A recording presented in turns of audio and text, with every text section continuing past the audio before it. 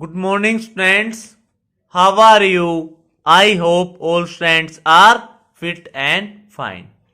Students, yesterday we are having Zoom meeting, and in that Zoom meeting we are discussing about the worksheet, and I am taking the doubts of that worksheet. But due to network problem, we are not able to take the doubts of all the worksheet. So in that case, students, I have asked the doubts of the students during the Zoom meeting, and the students have said that they are having doubt in question number 4th, and in question number 5th they are having doubt only in two parts, A and D. Then after question number 6th, 8th and 9th question A part. So students, now I am making video for these questions because these are having doubts of the students. So students, now we will discuss these 6 questions, and I will start from the question number 4. Students, I am making video because we are not able to continue our Zoom meeting due to network problem. So students, I will start with question number 4. What is given in question number 4, student? It is given that we have to express 9 raised to power minus 3 as a power with base 3. ये question ये कह रहा है student, हमें 9 rays to power minus 3 को इस तरह से एक्सप्रेस करना है, एक्सपोनेंशियल फॉर्म में ही। हमें 9 रेज़ टू पावर 3 को एक्सपोनेंशियल फॉर्म में इस तरह से एक्सप्रेस करना है कि जो एक्सपोनेंशियल फॉर्म आए उसमें आपका बेस क्या हो स्टूडेंट, 3।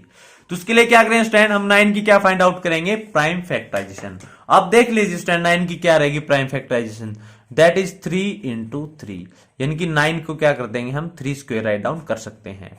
यानी कि स्टूडेंट, अगर मैं 9 को 3 स्क्वायर से रिप्लेस कर दूं, अगर मैं 9 को 3 स्क्वायर से अगर रिप्लेस कर दूं स्टूडेंट्स, तो जो नई एक्सपोनेंशियल फॉर्म आएगी वो हमारी क्या हो जाएगी student, in the exponential form with base 3। तो स्टूडेंट यहां देखिए, सबसे पहले मैं 9 को लिख रहा हूं, 9 को मैंने क्या राइट डाउन किया स्टूडेंट, 3 रेज़ टू पावर 2, और हमारी 9 की पावर थी वो 3 स्क्वायर के ऊपर पावर हो जाएगी, that is whole raise to power minus 3। अब स्टूडेंट हमें पता है जब भी किसी एक्सपोनेंशियल फॉर्म में स्टूडेंट पावर पे भी पावर हो तो आपकी पावर क्या हो जाती है आपस में ऐड। तो यहां देखिए ये क्या हो जाएगा हमारा, दैट इज 3 इंटू 2 माइनस 3, ये हो जाएगा 3 raise to power minus 6। This is our answer. अब ये देखिए स्टूडेंट, मैंने 9 रेज़ टू पावर माइनस 3 को एक्सपोनेंशियल फॉर्म में ही लिखा है, बट यहां पर क्या हमारा बेस क्या है, 3। यही हमें कह रखा था स्टूडेंट कि 9 रेज़ टू पावर माइनस 3 जो एक्सपोनेंशियल फॉर्म है, इसको इस तरह से नई एक्सपोनेंशियल फॉर्म में कन्वर्ट करो कि आपका बेस क्या आ जाए, 3। तो student this is our question number 4। हमने क्या किया स्टूडेंट, यहां पर 9 को 3 रेज़ टू पावर 2 से रिप्लेस कर दिया, होल पे पावर माइनस 3 रह जाएगी। फिर हमें पता है स्टूडेंट पावर पे भी पावर हो तो पावर आपस में क्या हो जाएंगे, मल्टीप्लाई। तो हमारा आंसर क्या है, minus 6। Then after student question number 5 part A. अभी हमें पार्ट ए में भी डाउट था ना कई बच्चों को, तो डिस्कस कर लेते हैं स्टूडेंट। यहां देखिए ये हमारा क्या हो जाएगा, 1/2 raise to power 0 plus 1/5 raise to power 3 plus 2/3 raise to power 2। अब हमें इसको क्या करना है स्टूडेंट, सिंप्लीफाई मींस क्या होता है स्टूडेंट, हमें इसको ना जितना पॉसिबल हो उसके इसको सिंपलेस्ट फॉर्म में एक्सप्रेस करना है। अब यहां देखिए स्टूडेंट, अब हमेशा एक चीज याद रखना स्टूडेंट, जो लॉ ऑफ एक्सपोनेंट अगर अप्लाई होंगे ना आपके, तो वो तभी अप्लाई हो सकते हैं जब ऑपरेशन या तो आपके एक्सपोनेंट्स के बीच में क्या हो, मल्टीप्लीकेशन, या फिर ऑपरेशन हो वहां पर आपका डिवीजन। यानी कि law of exponent student, laws of exponent, यानी कि लॉज ऑफ एक्सपोनेंट, ये रफ वर्क है स्टूडेंट जो मैं साथ साथ कर रहा हूं रेड पेन से। रेड पेन वाला क्या स्टूडेंट मेरा, rough work. Laws of exponent student तभी अप्लाई हो सकते हैं या तो एक्सपोनेंट के बीच में मल्टीप्लीकेशन हो या उनके बीच में डिवीजन हो। यानी कि मल्टीप्लीकेशन और डिवीजन के लिए हमारे लॉ ऑफ एक्सपोनेंट डिफाइन है, एडिशन सब्ट्रैक्शन के लिए नहीं है। दैट मीन स्टूडेंट अब यहां पर एडिशन आ गई, ये तो हमारे लिए क्या होगी, गड़बड़। अब स्टूडेंट इससे हम परेशान नहीं होंगे, हम क्या करेंगे, हर एक एक्सपोनेंट के ना अलग अलग से वैल्यू निकाल के और क्या कर देंगे, ऐड। बड़ा सिंपल है। अब सबसे पहले एक्सपोनेंट देखिए स्टूडेंट क्या है, 1/2 रेज़ टू पावर 0। अब स्टूडेंट हमेशा याद रखना भाई किसी की पावर 0 क्या हो जाता है हमारा, 1। देन आफ्टर प्लस, अब 1/5 होल रेज़ टू पावर 3। तो यहां देखिए स्टूडेंट हम किसकी वैल्यू यहां पर फाइंड आउट कर लेते हैं, 1/5 होल रेज़ टू पावर 3। ये देखिए वैल्यू हम यहां फाइंड आउट करके देखते हैं क्या हो जाएगा, 1/5 होल रेज टू पावर 3। ये क्या हो जाए स्टूडेंट हमारा 1/5 इंटू 1/5 इंटू 1/5। ये क्या हो जाएगा स्टूडेंट हमारा, न्यूमरेटर को न्यूमरेटर से मल्टीप्लाई करेंगे और डिनोमिनेटर को डिनोमिनेटर से। 1 इंटू 1 1 इंटू 1 1 और 5 इंटू 5 5 5 इंटू 5 5 सॉरी 5 इंटू 5 25 और 25 इंटू 5 125। यानी कि हमारा जो था 1/5, हमारा जो था 1/5 होल रेज टू पावर 3, ये क्या हो जाएगा 125 1 over 125। In the same way we will find the value of this exponent, और ये क्या हो जाएगा हमारा 4/9। बड़ा सिंपल सा है, लॉ ऑफ एक्सपोनेंट अप्लाई नहीं हुए, हमने क्या किया सभी एक्सपोनेंट को अलग अलग से सोल्व कर लिया। हमने कह दिया कि चलो भाई अप्लाई नहीं हो रहे तो क्या कर सकते हैं, अलग अलग से सोल्व करके ऑपरेशन के एडिशन, अब ये फ्रैक्शंस के तौर पे ऐड हो जाएंगे। अब ये भी फ्रैक्शन है, ये भी फ्रैक्शन है, और थर्ड नंबर है। अब अगर दो फ्रैक्शन है, थर्ड को भी हम फ्रैक्शन में कन्वर्ट कर लेंगे ताकि एडिशन क्या हो जाए इजी। अब स्टूडेंट सबसे पहले हम क्या करेंगे, 125 और 9 का क्या करेंगे एलसीएम फाइंड आउट। हम क्या करेंगे स्टूडेंट 125 और 9 का क्या करेंगे एलसीएम फाइंड आउट। वो हो जाएगा आपका, फाइंड आउट करके देखना स्टूडेंट, दैट विल बिकम 1125। अब बड़ा सिंपल सा है, 1125 को फर्स्ट डिनोमिनेटर से डिवाइड करो, क्या रहेगा एज इट इज 1125। रिजल्ट जो है इसको न्यूमरेटर से मल्टीप्लाई करो फर्स्ट से, क्या हो जाएगा 1125 प्लस, अब एलसीएम को डिवाइड करो सेकंड डिनोमिनेटर से, रिजल्ट आएगा 9। 9 को मल्टीप्लाई करेंगे हम 1 से, क्या रहेगा 9। इन द सेम वे 1125 को थर्ड डिनोमिनेटर से डिवाइड करो, क्या आएगा स्टूडेंट 125। 125 को आप मल्टीप्लाई करोगे 4 से, तो ये क्या हो जाएगा हमारा, दैट इज 500।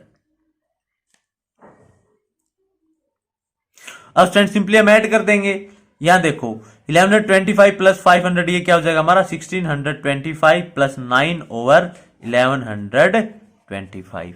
इसको और फर्दर सोल्व करोगे तो ये क्या हो जाएगा स्टूडेंट हमारा 1634 over 1125। That is the answer. So student हमने यहां क्या किया, हमें क्वेश्चन नंबर 5 में इसको क्या करना था सिंप्लीफाई, यानी कि जितना पॉसिबल हो सके हमें क्या करना था स्टूडेंट सिंप्लीफाई। तो हमने क्या किया, ये देखा कि लॉ ऑफ एक्सपोनेंट तो तभी लग सकते हैं जब मल्टीप्लिकेशन डिवीजन हो, बट यहां तो गड़बड़ होगी, क्या आ गया एडिशन।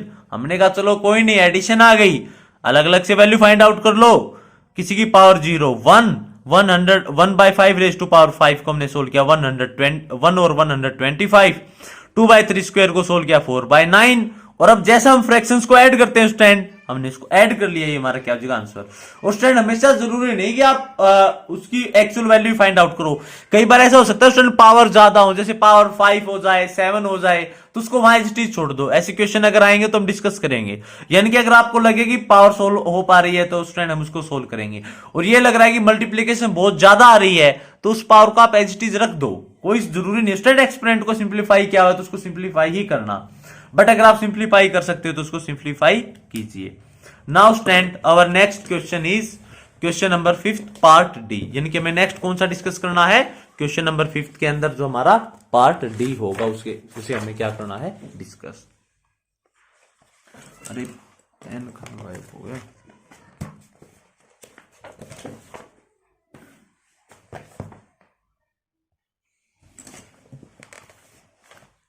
अब हम करेंगे स्टूडेंट क्वेश्चन नंबर 5 का कौन सा पार्ट, डी पार्ट डिस्कस। अब डी पार्ट देखिए स्टूडेंट, ये हमारा क्या है, अब यहां पर student that is 9 square minus 4 cube into -3/17 square into 34/9। अब ये देखिए स्टूडेंट, ये तो हम आपस में -3/17 की पावर 2 है, 2 बार लिख देंगे। मेन प्रॉब्लम क्या रही है कि आप ये सोच रहे हो कि हम ये ब्रैकेट कैसे सोल्व करें, अब मैंने क्या बताया था स्टूडेंट, लॉ ऑफ एक्सपोनेंट कहां अप्लाई होंगे, लॉ ऑफ एक्सपोनेंट हमारे अप्लाई हो सकते हैं सिर्फ मल्टीप्लीकेशन पे और डिवीजन पे। अब सब्ट्रैक्शन आ गया, क्या करेंगे, जैसा पिछले क्वेश्चन में क्या था, चलो भाई अब मल्टीप्लिकेशन डिवीजन नहीं है तो हम क्या कर सकते हैं, आप वैल्यू फाइंड आउट कर लो 9 स्क्वायर और 4 क्यूब की, और उनको क्या कर दो सब्ट्रैक्ट कर दो, बड़ा सिंपल रहेगा। तो स्टूडेंट यहां क्या रहेगा देखिए, अब 9 स्क्वायर 4 क्यूब के बीच में माइनस है, मल्टीप्लिकेशन डिवीजन होता तो हम लॉ ऑफ एक्सपोनेंट लगा के देखते, बट ऐसा तो कुछ है नहीं, तो हम यहां क्या करेंगे वैल्यू रख देंगे, 9 स्क्वायर की वैल्यू क्या होती है 81 माइनस 4 क्यूब की वैल्यू क्या होती है 64। चलो भाई कोई बात नहीं, हमारा मल्टीप्लिकेशन डिवीजन नहीं है, हम value find out, value put करके हम इसको सब्ट्रैक्ट करके देख लेंगे। देन आफ्टर माइनस 3/17 स्क्वायर, इसको क्या लिख सकते हैं student, minus 3/17 into minus 3/17 into 34/9।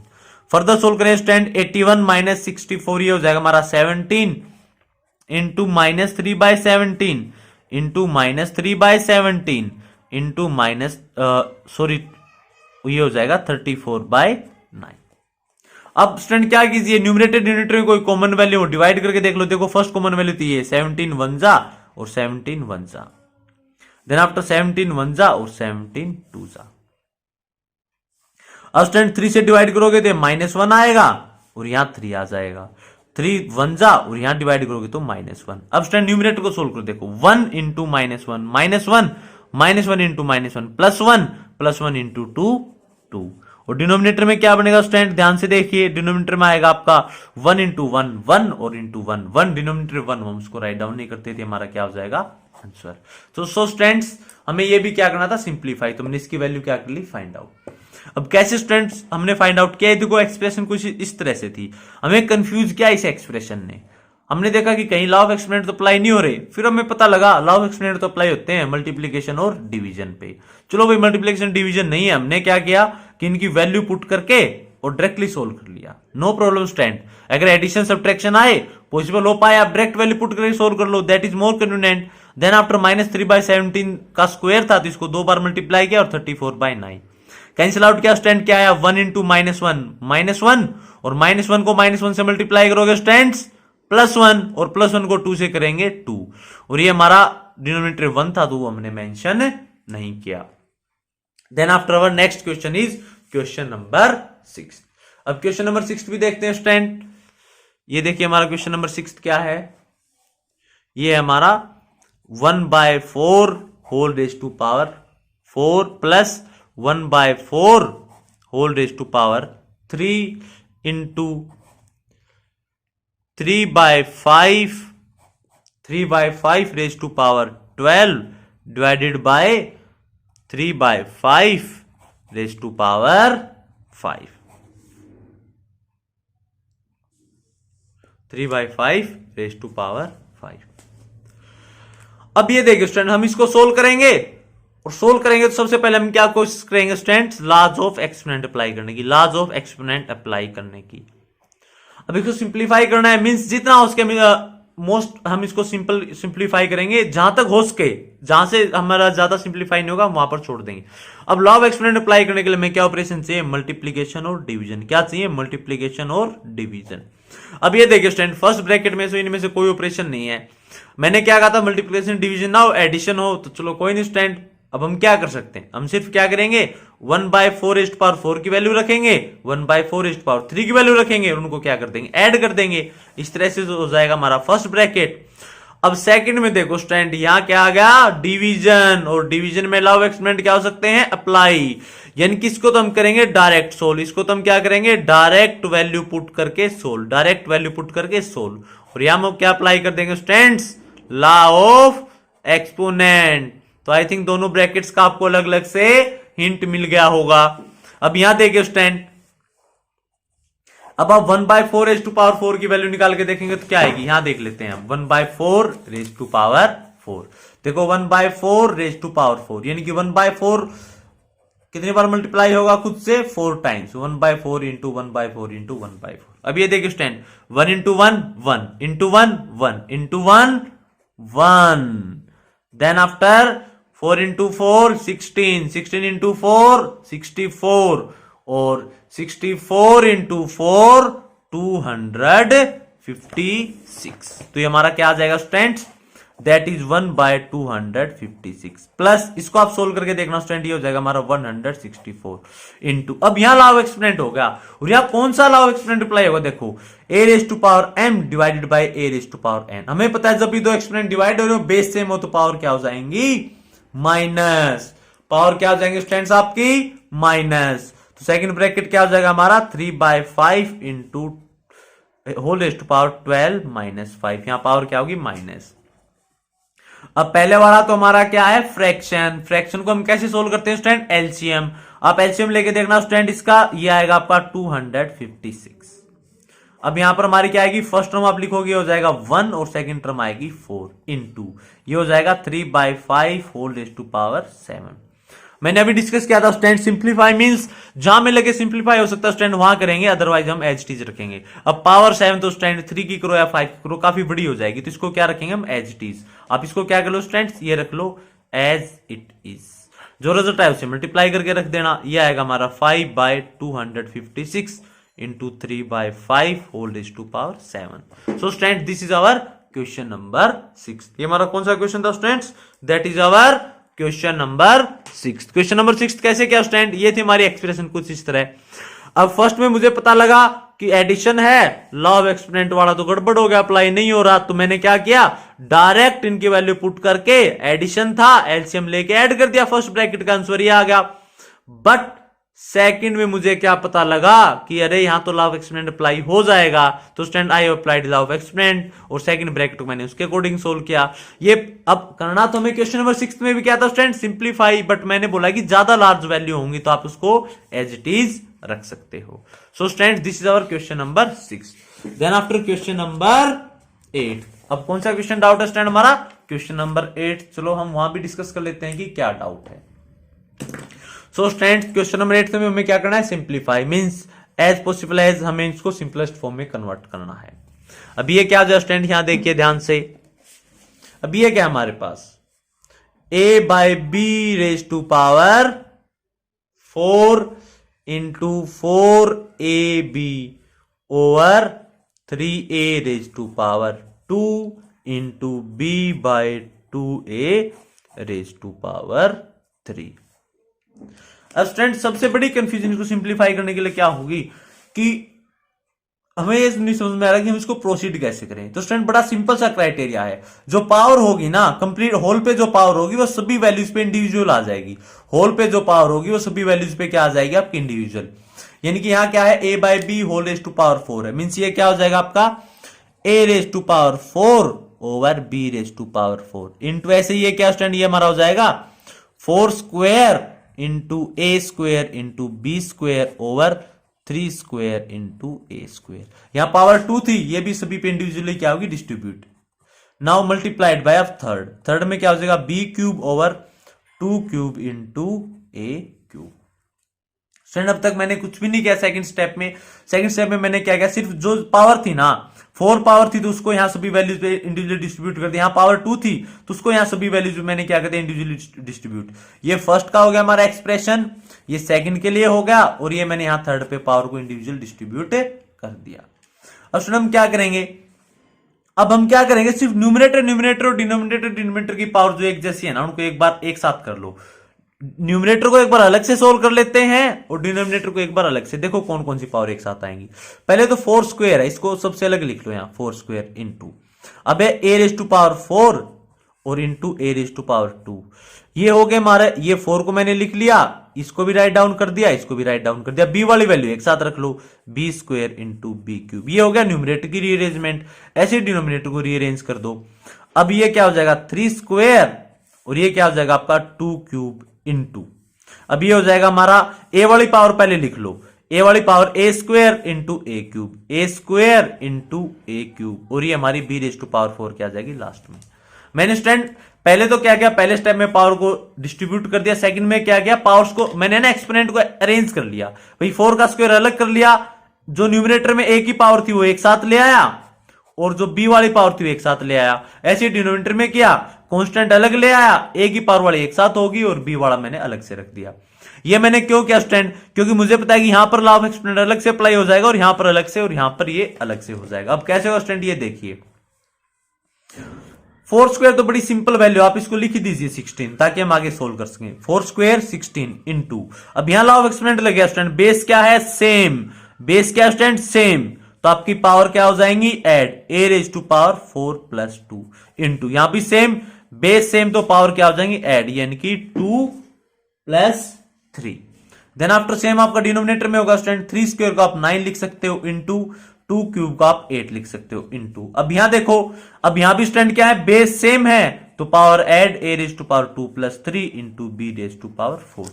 Further solve करें स्टूडेंट, क्या हो जाएगा 16 इंटू, अभी ये क्या हो जाएगा आपका a रेज टू पावर 6 और ये क्या हो जाएगा b raise to power 5 divided by 9 into 8 into a raise to power 5 into b raise to power 4। अब हम ये सोचेंगे स्टूडेंट कि ये इससे आगे फर्दर सोल्व कैसे होगा। बड़ा सिंपल है स्टूडेंट, फ्रैक्शंस को आप अलग से सोल्व कर लीजिए, फ्रैक्शन को अलग से सोल्व कर लीजिए, और ये देखो इनका बेस सेम है तो ये अलग से सोल्व हो जाएंगे, और इनका बेस सेम है ये अलग से सोल्व हो जाएंगे।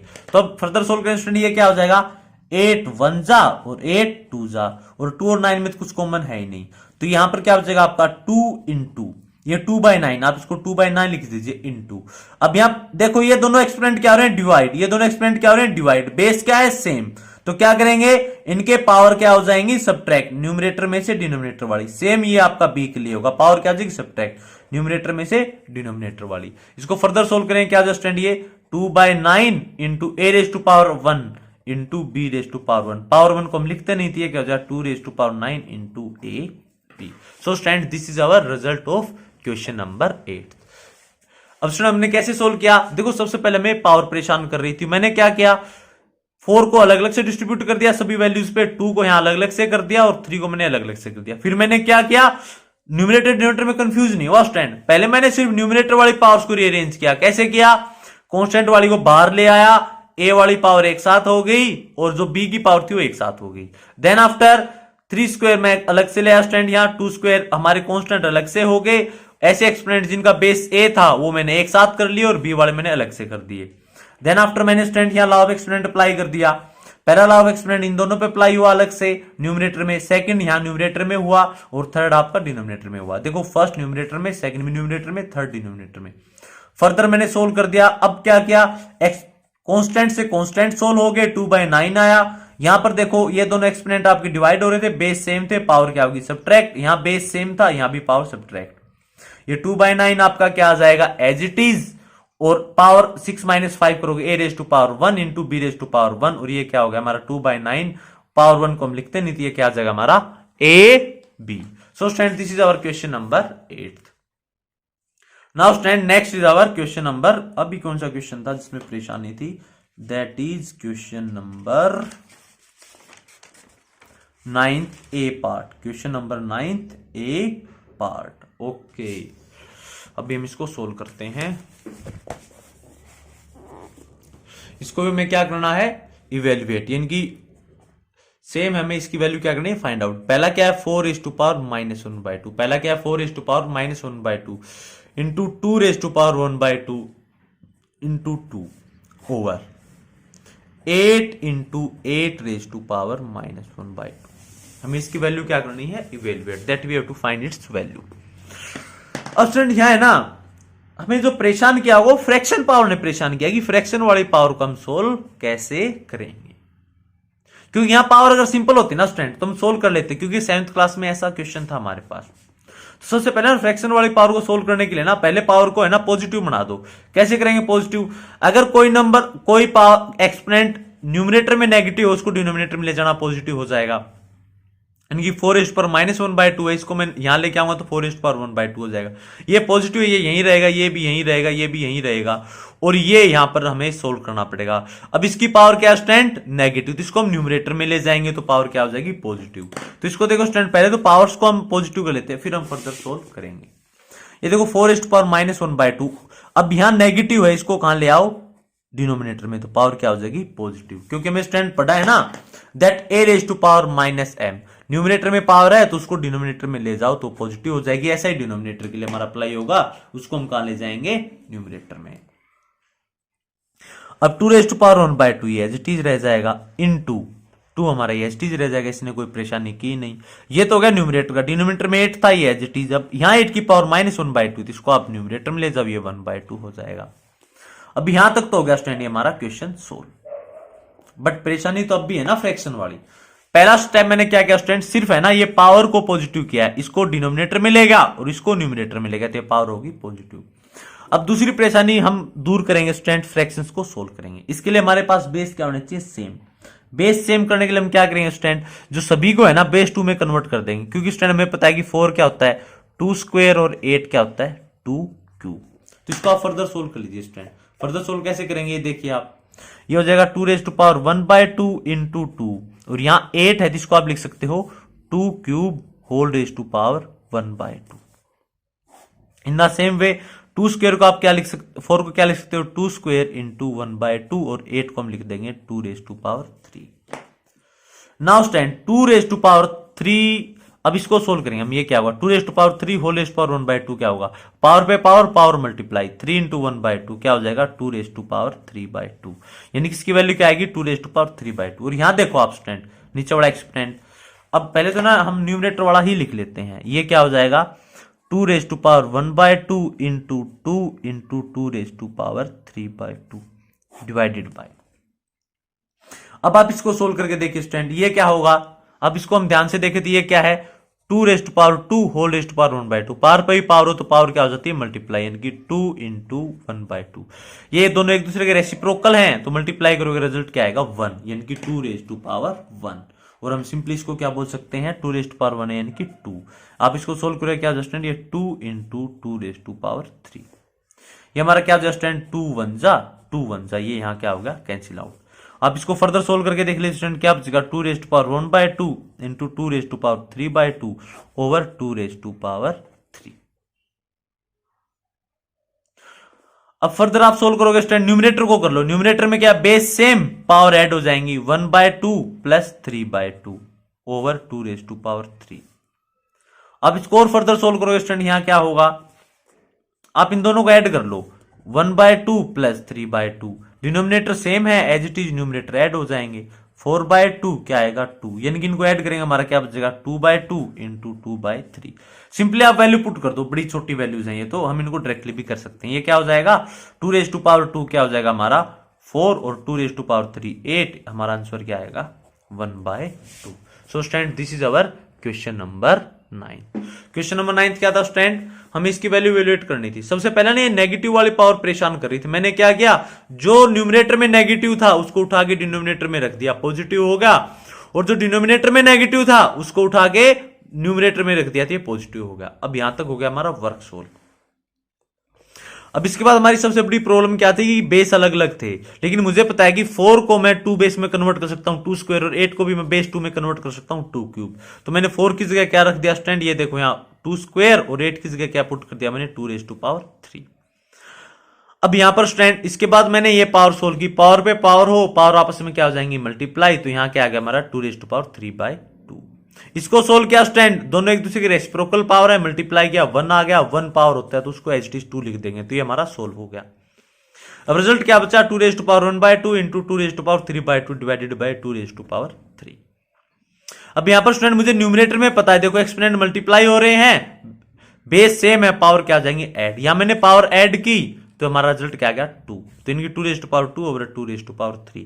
अब 2⁻2 क्या आता है 4, 2⁻3 क्या आता है 8, हमने वैल्यू पुट की, सोल्व किया, आंसर क्या गया हमारा 1/2।